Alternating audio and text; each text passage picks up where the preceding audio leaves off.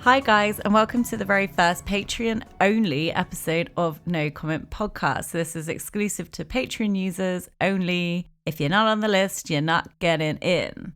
So as they say, bullshit talks, money walks, so let's crack on with the video.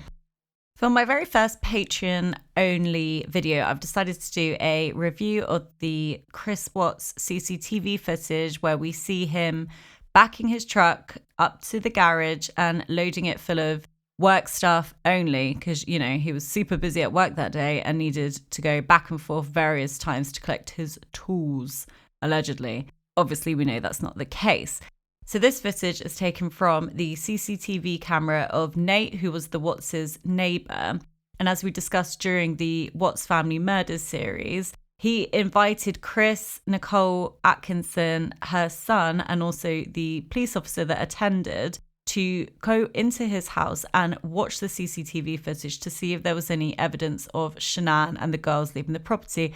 Obviously, as we sadly know, there was not. But we all remember Chris's reaction to this footage because he was absolutely shitting it, terrified that it would reveal him dragging his wife's body out and putting his two girls in the truck, ready to take him to Survey 319, where they sadly met their fate.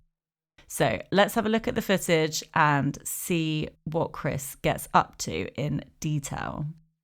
So before we see Chris emerge from this garage to grab his truck and back it up, just to make the point that something's obviously triggered Nate's CCTV.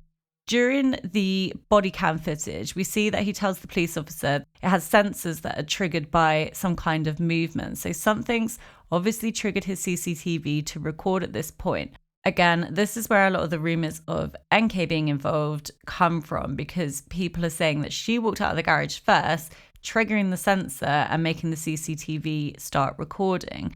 There's absolutely no evidence of that taking place. So I'm hesitant to say that that's what happened, but it is really strange that it started recording, and I'm not entirely sure what set the cameras off.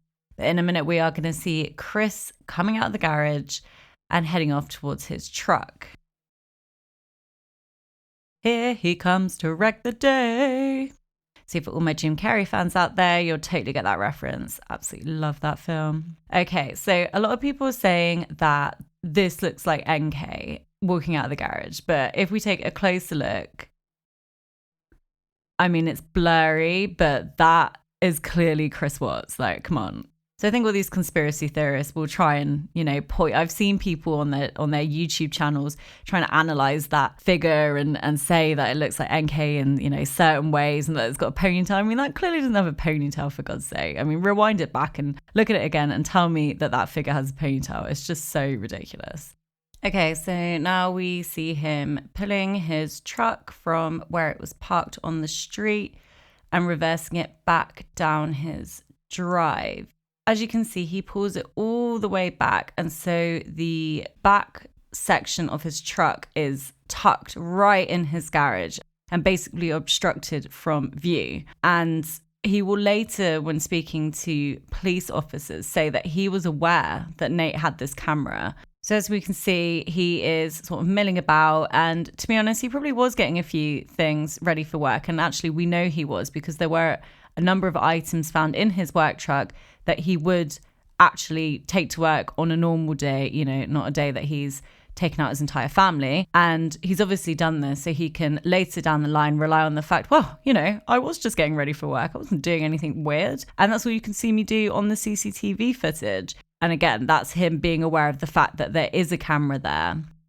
Okay, and then for a really long time, I've obviously cut up this footage a little bit because otherwise we're just going to be staring at Nate's monster truck and an American flag kind of eerily flapping quite quickly in the wind, because obviously this has been sped up. And so I've cut bits out just because absolutely nothing is happening. But just to add a bit of context, it's likely that he is, at this point, if he hasn't already, he's taken Shanann's body down the stairs and he's getting ready to load it into his truck. He may be trying to deal with the girls who I'm sure are absolutely terrified by what's going on, really confused. The whole thing is just so awful and sad. So he's probably trying to deal with that at the same time, maybe getting a few other bits ready for work and just, preparing for his day's activities of complete destruction and awfulness.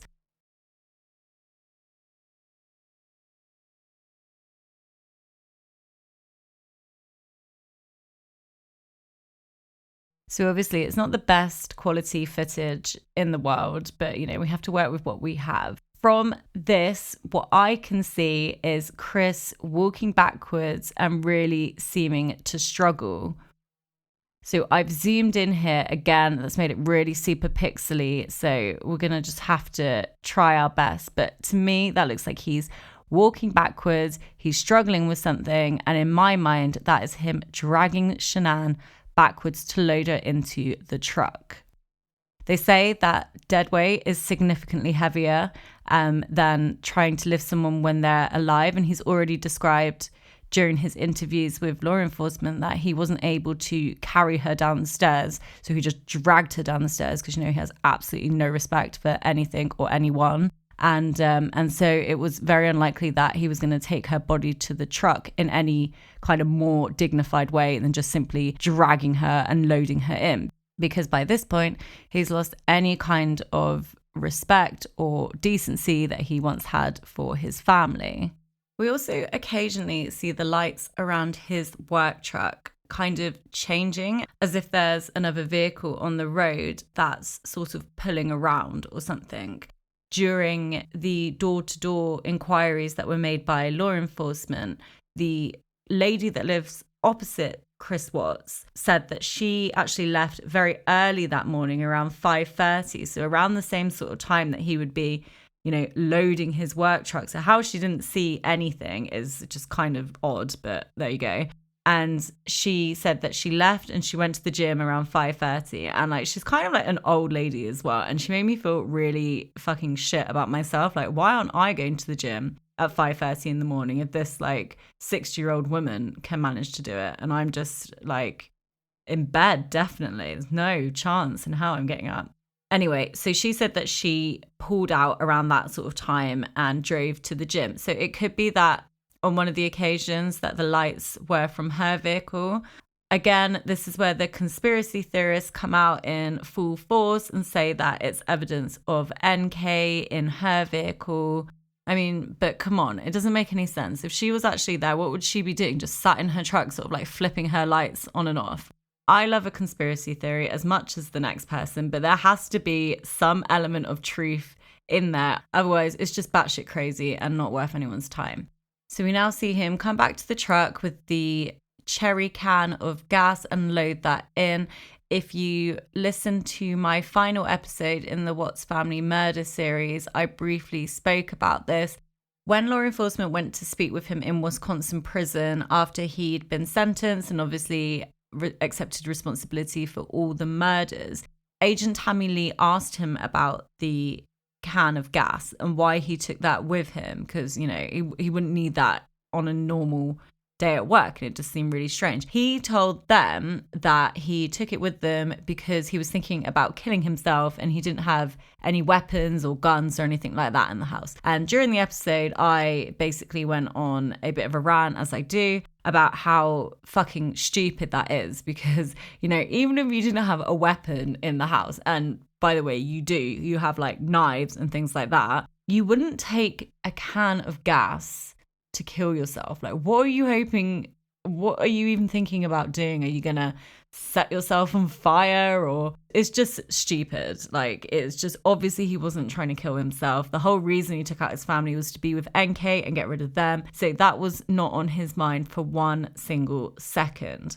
I'm not really sure why he took the gas can out there, to be completely honest. I don't know whether it was in case he ran out of gas and he needed to refill at some point, because obviously running out of gas with your murdered wife in the back of your truck is not an ideal situation to be in. But I have no idea. At one point I thought it was because he was maybe planning to blow up the Servi 319 site. But then I was thinking, well, that doesn't really make any sense because the site itself is pretty explosive. So you don't really need a can of gas to start a fire there. So that doesn't really make any sense. So I'm not really sure why he did, but it definitely wasn't to kill himself, I can tell you that. Okay, so we're coming towards the end of this footage. He's obviously just getting his few last bits sorted in his truck, ready to set off towards Servi 319. It's just so absolutely harrowing. I wish, when you think of situations that you just so wish you were able to reverse or intervene in somehow, or for just something to happen to stop it from taking place. This for me, and I think it's made so much worse because we can see it on we can't literally see it, but we know exactly what's happening on this footage, and you just want something just to happen, someone just to stop this chain of events from taking place somehow. And I just find watching this so frustrating. I'm not sure about you guys, but I just wish I don't know, the lady across the street could have rampaged across and just had this moment of adrenaline to stop him somehow. I mean, that's obviously totally ridiculous, but something like that just to put a stop to what we know is inevitably going to take place, because it's just so absolutely horrifying. Okay, so we're coming up to the section now, which is where I believe we can see Chris loading his two daughters into the back of his work truck. So keep an eye on the shadows at around 29:37.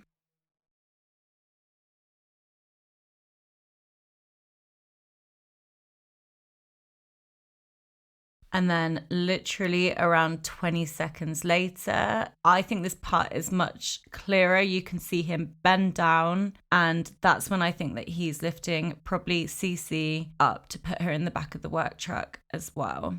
I've zoomed in on this image to see if we can better see what he is up to. And although again, it's obviously when you zoom in, it makes it super pixely, so it is really difficult to see, but to me, it looks like he's reaching down, and it seems fairly likely that he's placing one of his daughters in the back of his truck. So, having seen this footage now and really scrutinized it to see what was going on, you can really understand why Chris was such a nervous wreck that day at Nate's house, because he knew what he was doing and he was just so terrified that it would have been caught on camera and he would have been caught out then and there in front of everyone. And we've got to remember what this guy thought about himself, and his self-image was so important. So that would literally be his worst nightmare. Okay, so we're right at the end of the footage now. Chris pulls away and stops the truck at the end of his drive.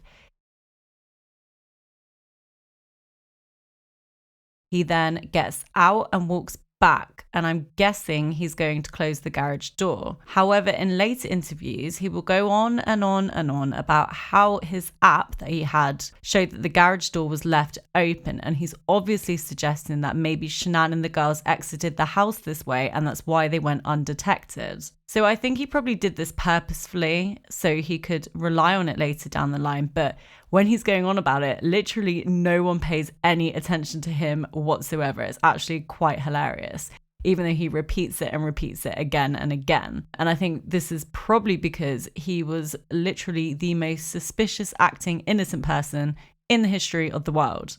So now we see him walk back to where he's parked, get in and leave for Servi 319. So thanks for watching, guys. I really hope that you found this analysis of some interest, and maybe I've helped shed some further light on this ridiculously mysterious case. My next Patreon-only video will be a detailed review of the timeline leading up to the murders, and I'll be dropping this next week. Also, just to say to you guys, I hope that you like my new logo. You are the first ones to see it, yet another exclusive.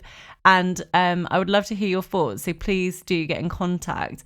My old one is just so unbelievably bad. It's awful. But what can I say? I don't have a creative bone in my body. But I do actually like this one. I think it's a lot better. It looks a bit more professional, and not like a 10-year-old did it. So I'm quite proud of it. But let me know what you think. Okay, guys, until next time.